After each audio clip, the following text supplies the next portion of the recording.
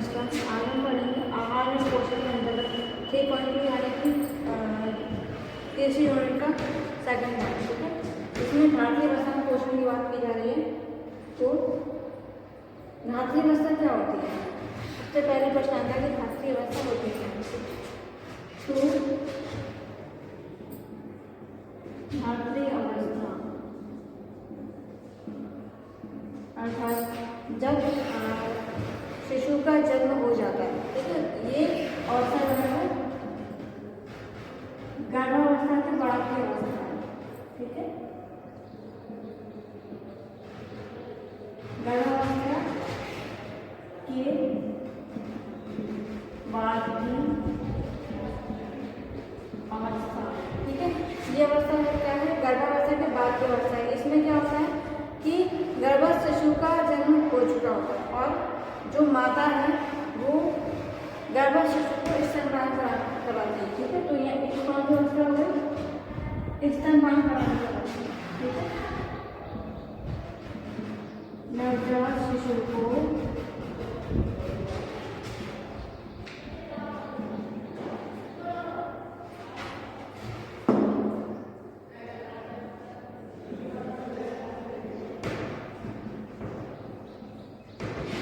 कराने की अवस्था। एक अवस्था क्या है? जो नवजात शिशु है माता उसको स्तनपान करा रही है। तो इस अवस्था में जब तक माता शिशु को स्तनपान कराती रहती है, यानी कि नवजात शिशु से हम क्या कहेंगे? जन्म के पश्चात समय से हमारा कौन समय है? जब तक वो स्तनपान कराती रहती है।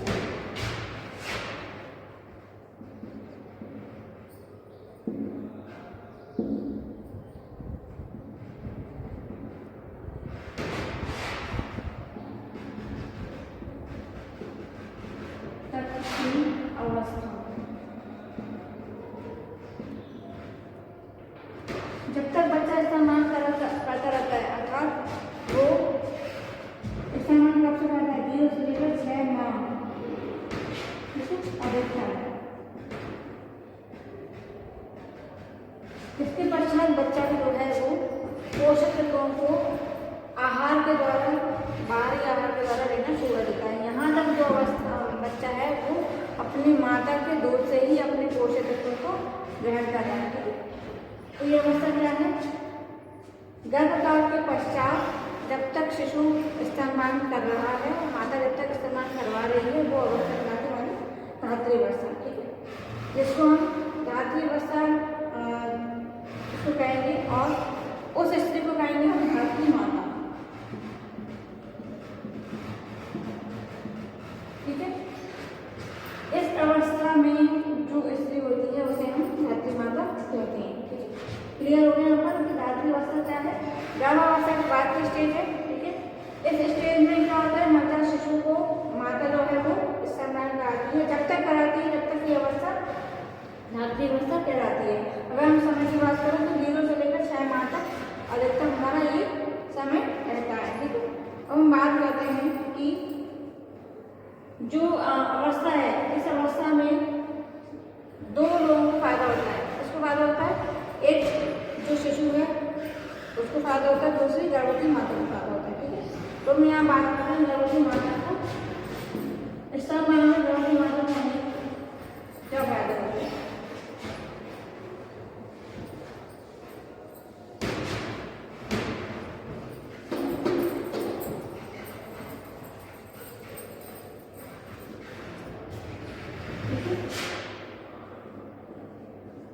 धात्री माता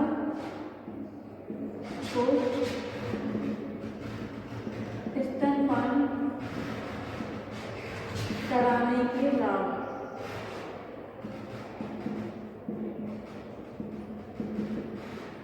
अब क्या लाभ हो सकता है धात्री माता को स्तनपान कराने में? पहला आ जाता है हमारा कि वो उसका शिशु है। ठीक है, सबसे पहली बात है कि जो माता है वो उसका शिशु है, नवजात शिशु, उसको अगर स्तनपान कराती है तो क्या होता है?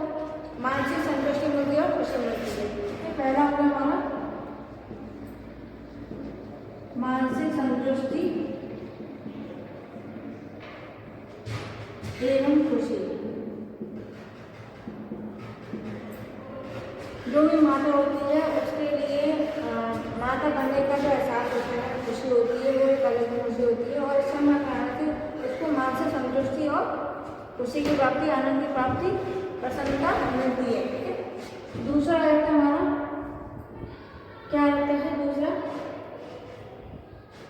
अब माता और शिशु दोनों के बीच में भावनात्मक संबंध जुड़ जाता है। ठीक है।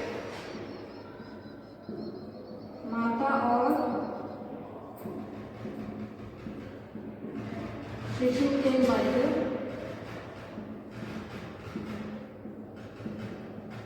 भावनात्मक संबंध। ठीक है। अब जो माता है वो अपने शिशु को इस्तेमाल करा रही है। ठीक है। इससे पहले वो शिशु जो है वो 9 माह तक अपने माता के गर्भ में रहा था, तो इस वजह से भी उसका मानसिक मतलब मानसिक रूप से जो जुड़ा रहता है, भावनात्मक रूप से जुड़ा रहता है। ठीक है, अपनी माँ से। दूसरी चीज, जब अब उसका जन्म हो गया तो उस बच्चे को दूध पिलाने के बाद उसको क्या होता है, एक भावनात्मक रूप से जुड़ा रहता है। ठीक है। हम अधिकतर देखते हैं जो माताएं अपने बच्चे को दूध नहीं पिलाती तो उनके बच्चों में एक अलग ही प्रकार की विकृति उत्पन्न हो जाती है। ठीक है। उनका स्वास्थ्य सही नहीं रहता है ना, शारीरिक स्वास्थ्य सही नहीं रहता, मानसिक स्वास्थ्य सही नहीं रहता। तो यहाँ पर बहुत अत्यंत आवश्यक है कि जो माता है वो अपने शिशु को इस्तेमाल कराए और उसका भावना संबंध स्थापित हो जाता है। तीसरा हो जाता है हमारा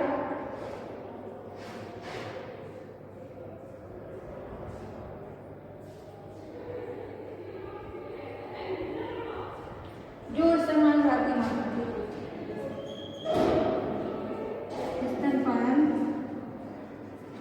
कराने वाली माता का गर्भाशय पूर्ववर्ती अवस्था में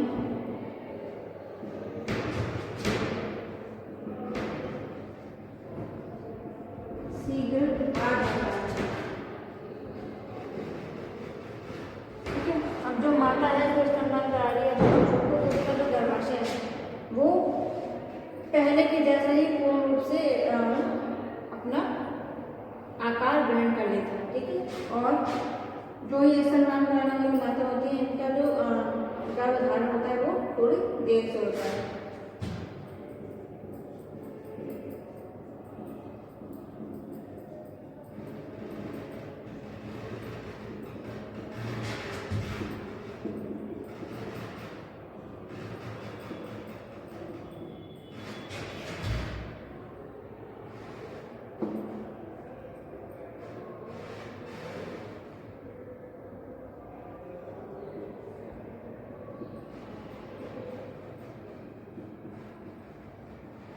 यहाँ पर हमारा तात्पर्य है कि जैसे जो स्तनपान कराती है माताएं तो उनके शरीर में जो ऐसे कुछ हार्मोन होते हैं तो गर्भधारण को देर से करा है, यानी कि जो पहला बच्चा है उसकी पूर्ण देखभाल के पश्चात जब तक वो 2 साल का नहीं हो जाता उसके जो गर्भधारण की अवस्था है वो नहीं ग्रहण कर सकती, यानी कि ये एक फायदा नहीं है।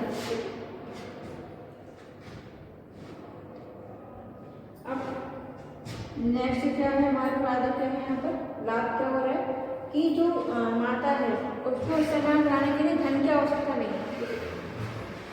स्तनपान कराने के लिए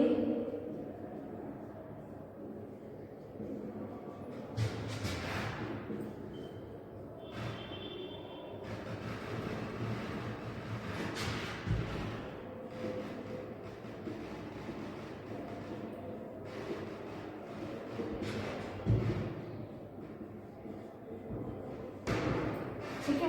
लाभ से हमारा कि जो माता स्तनपान कराती है उसको अतिरिक्त धन की आवश्यकता नहीं है, यानी कि महाशय से दूध को खरीदने की आवश्यकता नहीं है। ठीक है। कुछ माताएं जो स्तनपान कराने नहीं कराती हैं वो बाहर का दूध को, यानी सप्लीमेंट्री जो दूध होता है बाहर का दूध होता है मार्केट का होता है उसको लेकर आती है। ठीक है। तो उसको खरीदने के लिए पैसे की आवश्यकता होती है, किंतु जब माता अपने स्तनपान करा रही है उसको बाहर दूध मंगाने की कोई आवश्यकता नहीं होती और जो ये दूध होता है वो अधिक फायदेमंद होता है शिशु के लिए। ठीक है।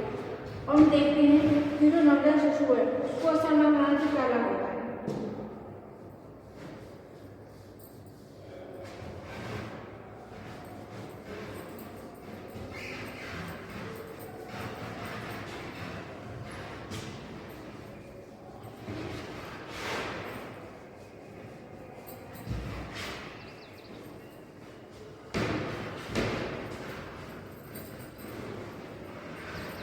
अब जो है हम देख रहे हैं कि नवजात शिशु को स्तनपान कराना कैसा होता है।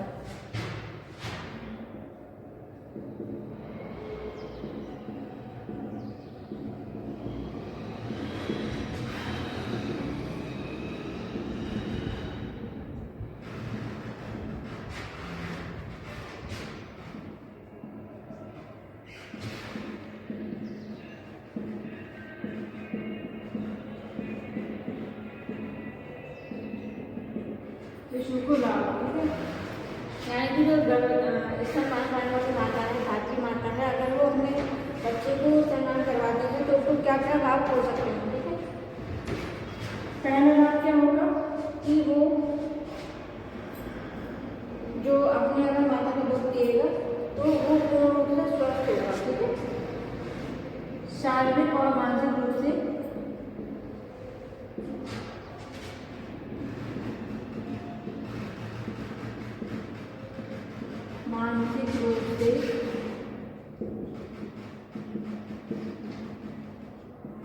स्वस्थ होगा, ठीक है। जो बच्चा है अपनी माता का स्तनपान कर रहा है तो वो शारीरिक और मानसिक रूप से स्वस्थ होगा। क्यों? क्योंकि जो स्तनपान माता का दूध होता है वो पचने में बहुत सुपाच्य होता है, ठीक है। दूसरा क्या है, माता का दूध शिशु के लिए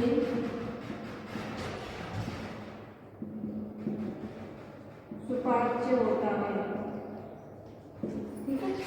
दूसरा होगा हमारे पास का जो माता का दूध है वो शिशु के लिए सुपाच्य होता है, जबकि जो बाहर का दूध हम लेकर आते हैं, गाय का है या भैंस का है या बकरी का है या डेयरी प्रोडक्ट है, वो इतना सुपाच्य नहीं होता, ठीक है। अब तीसरा है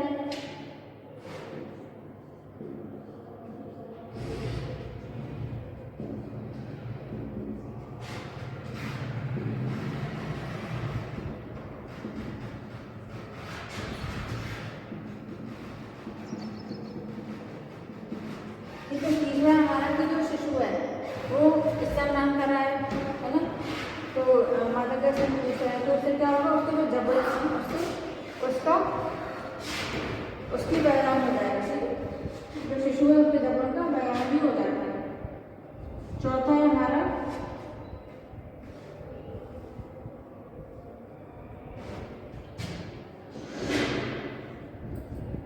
शिशु संक्रामक रोगों से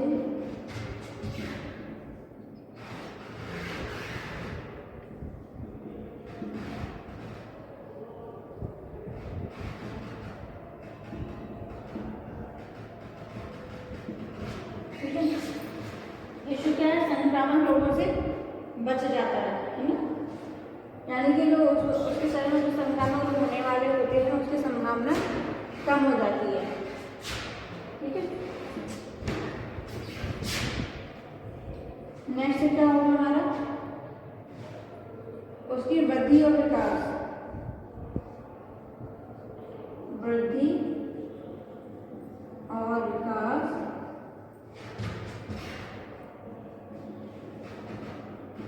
उत्तरोत्तर सही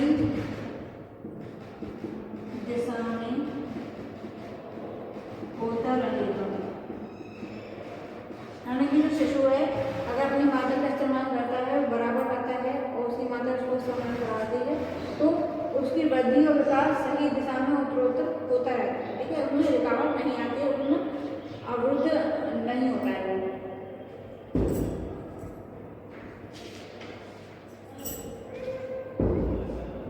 नेक्स्ट हम देखते हैं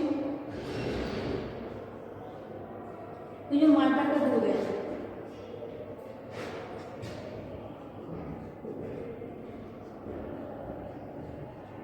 माता के दूध में क्या होता है, आरंभिक 2 दिनों में, है ना, दूध माता के दूध में आरंभिक 2 दिनों में क्या होता है, कोलेस्ट्रम नाम का गाढ़ा पीला पदार्थ निकलता है, कोलोस्ट्रम नामक गाढ़ा पीला पदार्थ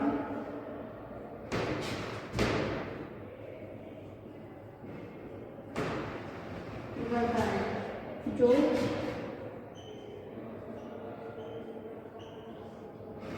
शिशु के स्वास्थ्य के लिए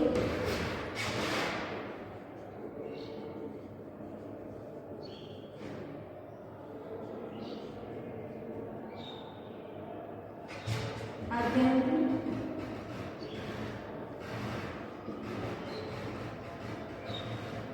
लाभकारी सिद्ध होता है। नेक्स्ट इसमें दिखाता है कि जो अगर माता का दूध माता अपने शिशु को इस्तेमाल करवाती हैं तो जो आरंभ के 2 दिन हैं, यानी कि बच्चा जब 2 दिन का है तो उन 2 दिनों में जो बच्चा इस्तेमाल करता है उसमें इस तरह से गाढ़े पीले रंग का कोलेस्ट्रॉल नाम का पदार्थ मिलता है जो शिशु के लिए प्राण रक्षक कहलाता है, यानी कि उस गाढ़े पीले पदार्थ में बहुत ज़्यादा पोषक तत्व उपस्थित रहते हैं जिसके कारण उसको संख्या में रोग नहीं लग पाता है। ठीक है, नेक्स्ट है यहाँ पर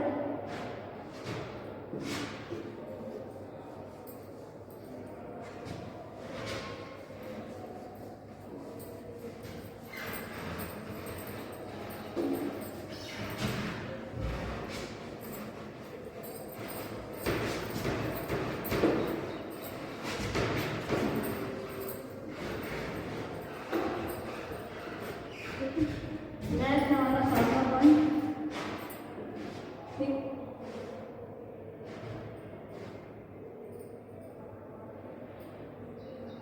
अब जो शिशु है वो माता का दूध पीता है तो क्या होगा, वो माता का दूध लेने वाले शिशु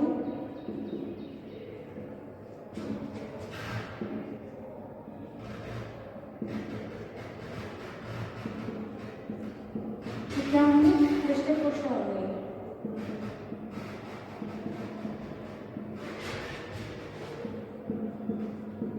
और स्वस्थ होते हैं। ठीक है, जो बच्चे माता का दूध लेते हैं, माता उनको दूध पिलाती है बच्चों को, तो उनके जो बच्चे होते हैं वो हृष्ट पुष्ट और तंदुरुस्त स्वस्थ होते हैं। ठीक है,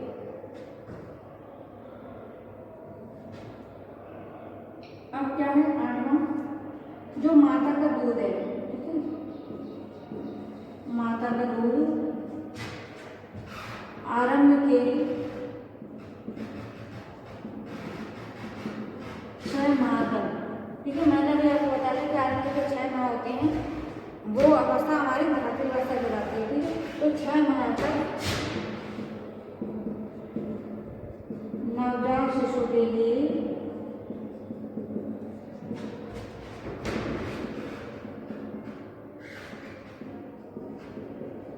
पर्याप्त संतुलित आहार कहलाते हैं।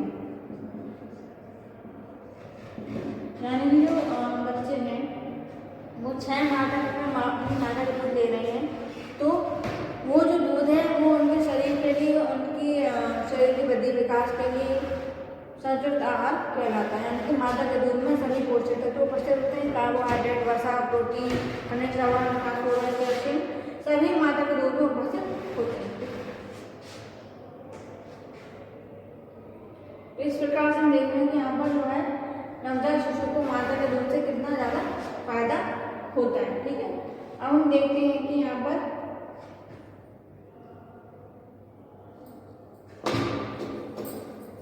कभी कभी क्या होता है कि माता के दूध है वो कम स्रावित होता है ना।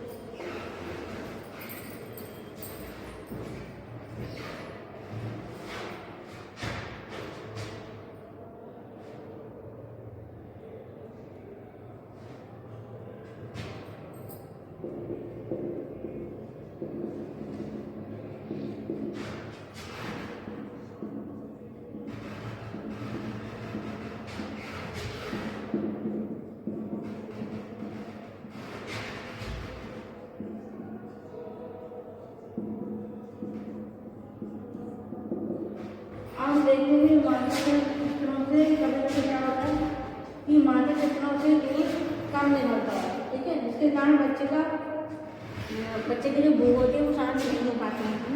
तो यहाँ पर हम देखेंगे कौन से ऐसे कारण है जिसके कारण माता के दूध का स्राव कम होता है। पहला रहता है हमारा कि माता की आयु,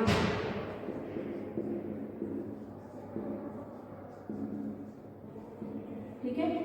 अभी हम यहाँ पर एक साथ समझते हैं माता की आयु, माता का स्वास्थ्य,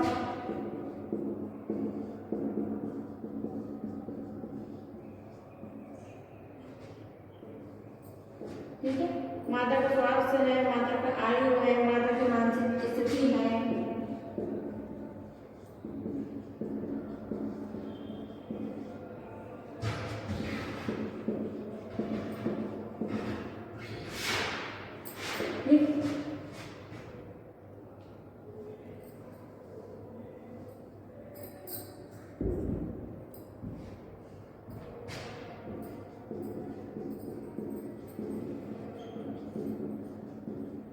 माता का आहार,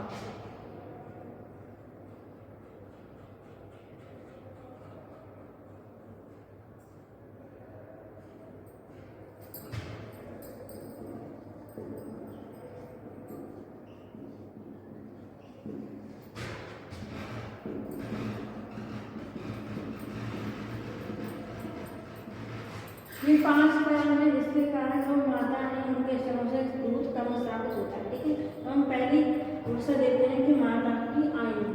अब यहाँ पर माता की आयु किस प्रकार से प्रभावित करती है कि अगर अधिक उम्र की माता होंगी तो उनकी जो स्तन ग्रंथियाँ होती हैं वो लचीली हो जाती हैं, ठीक है, और उनमें पर्याप्त मात्रा में दूध का स्राव नहीं हो पाता है।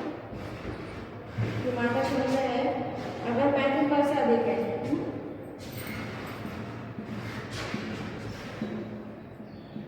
35 वर्ष से अधिक है माता की आयु, तो उनके स्तनों से कम मात्रा में दूध स्रावित होता है, ठीक है। क्योंकि उनकी जो स्तन ग्रंथियाँ होती है, उनकी जो स्तन पेशियाँ होती हैं उनमें दूध नहीं बन पाता है और जो उनकी जो स्तन नलिकाओं का विकास होता है वो नहीं हो पाता है। नेक्स्ट है हमारा माता का स्वास्थ्य। दूसरे नंबर पर हमारा माता का स्वास्थ्य, तो माता का स्वास्थ्य भी प्रभावित करता है कि उनके स्तनों से दूध नहीं निकल पाएगा। क्यों? क्योंकि जो माता है अगर स्वस्थ नहीं है, अगर वो स्वस्थ नहीं है तो जैसे उसके शरीर में कैल्शियम की कमी है, प्रोटीन की कमी है, तो दूध कैसे निकल सकता है, ठीक है। हमने इससे पहले हमने पढ़ा कि प्रोटीन के कारण ही दूध का निर्माण होता है, ठीक है। अधिकतर जो दूध का निर्माण है वो प्रोटीन के कारण होता है। अगर माता का स्वास्थ्य सही नहीं है, उसमें प्रोटीन की कमी है, तो दूध का निर्माण नहीं हो सकता और दूध कम निकलेगा।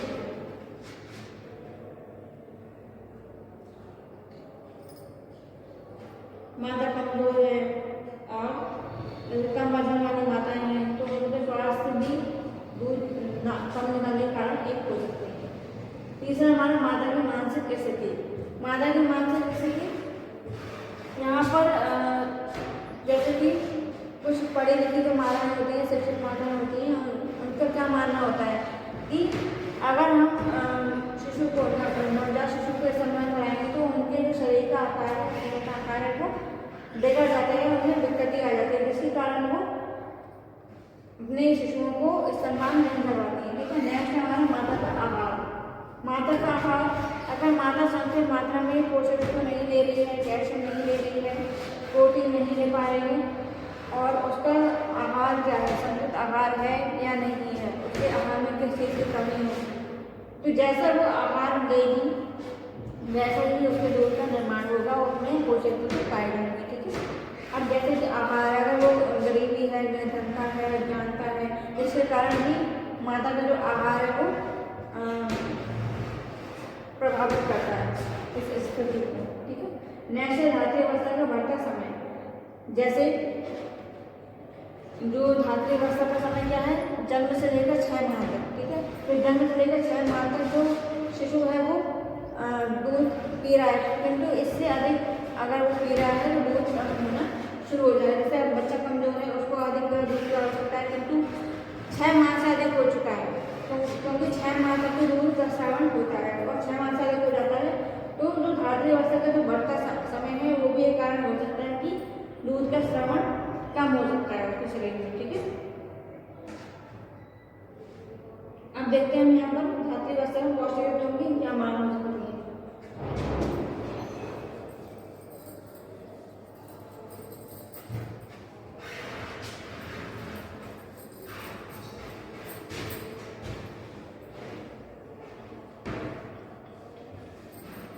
धात्री अवस्था में पौष्टिक तत्वों की मांग,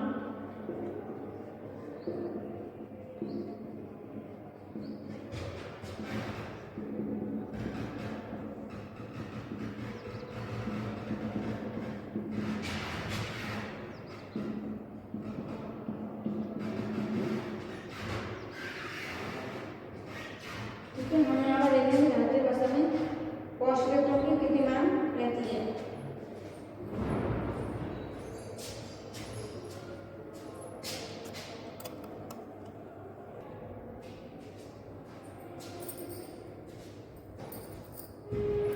हम यहाँ पर देख रहे थे कि धात्री अवस्था में पौष्टिक तत्वों की मात्रा कितनी होनी चाहिए। ठीक है, तो मादा के दूध, जो मादा का दूध है प्रतिदिन 850 ग्राम, ठीक है, प्रतिदिन स्रावित होना ही चाहिए, तभी शिशु का पेट भर सकता है। ठीक है, तो मादा के दूध में कितने पोषक तत्व कितनी मात्रा में होते हैं यहाँ देख लेते हैं। ऊर्जा 600 किलो कैलोरी होती है। ठीक है, प्रोटीन 10.2 ग्राम यानी 10.2 ग्राम होता है। लोहा 25 से 3.1 ग्राम होता है मिलीग्राम। कैल्शियम 290 ग्राम। विटामिन सी 22 से 44 ग्राम होता है। विटामिन ए 420 ग्राम। ठीक है, थायमिन 1.2 मिलीग्राम, थायरोफ्लेविन 1.6 मिलीग्राम होता है। ठीक है, अब हम देख रहे हैं कि जो धात्री माता है उसके लिए अगर हम आहार नियोजन करें तो हमें कौन कौन सी बातों का ध्यान रखना चाहिए। सबसे पहली बात आ जाएगी हमारी कि मांसाहारी भोज्य पदार्थ, जो मांसाहारी भोज्य पदार्थ हम उनको भी ले सकते हैं, क्योंकि वो प्रोटीन की हाई सोर्स है, यानी कि उनमें अधिक मात्रा में प्रोटीन पाया जाता है। ठीक है, दूसरा पॉइंट आ जाएगा हमारा तरल भोज्य पदार्थ, यानी कि जो धात्री माता है वो तरल भोज्य पदार्थ अधिक ले, जैसे सब्जियों का सूप है, फलों का रस है, ये सारे जो तरल भोज्य पदार्थ है उनको अधिक लेना चाहिए, जैसे कि दलिया हो गया। अब तीसरा पॉइंट है दाल की मात्रा। जो धात्री माता है उसको प्रोटीन के सोर्स के लिए, जैसे वो मांसाहारी नहीं खाती तो यहाँ पर दाल की मात्रा भी वो बढ़ा सकती है, क्यों? क्योंकि दाल जो है वो प्रोटीन का हाई सोर्स है। ठीक है, अब नेक्स्ट हमारा अनाज की मात्रा। अनाज जैसे कि जो धात्री माता है वो ऐसा मांग करा रही तो उसको भी अनाज की जितने भी पोषक तत्व सभी की अधिक मात्रा में आवश्यकता होती है, और उसी प्रकार से अनाज की भी आवश्यकता उसको अधिक होती है। अब नेक्स्ट की उसको अधिक मसालेदार भोज्य पदार्थ नहीं खाना चाहिए, क्यों? जिससे कि उसको भी सीने में जलन होगी। ठीक है, भोजन पचने में दिक्कत होगी, और जो शिशु है जो उसके शरीर से पोषक तत्व ले रहा है उसको भी समस्या हो सकती है। ठीक है, नेक्स्ट हमारा गरिष्ठ भोज्य पदार्थ नहीं लेना चाहिए, जैसे कि जो धात्री माता है उनको तला भुना आदि गरिष्ठ पदार्थ नहीं खाना चाहिए, है ना, जिससे उनको पाचन क्रिया में दिक्कत होती है। अगर उनको पाचन क्रिया में दिक्कत होती है तो उन्हीं के शरीर से जो शिशु है वो जुड़ा हुआ है उसको भी दिक्कत हो सकती है। नेक्स्ट हमारा कि कैल्शियम पर्याप्त मात्रा में नहीं। कैल्शियम पर्याप्त मात्रा में क्यों नहीं? क्योंकि उनको उनके शरीर को भी कैल्शियम मात्रा की आवश्यकता होती है, क्योंकि जिससे अस्थि और दांतों का निर्माण होता है, हमारे शरीर की वृद्धि विकास होती है। उसी प्रकार से बच्चों के शरीर की वृद्धि और विकास होती है। ठीक है, इसलिए जो माता है, धात्री माता है, उसको कैल्शियम की पर्याप्त मात्रा अपने शरीर में लेनी चाहिए। ठीक है, तो वो भोजन की मात्रा में ले सकती है। ठीक, ये वैसे यहाँ पर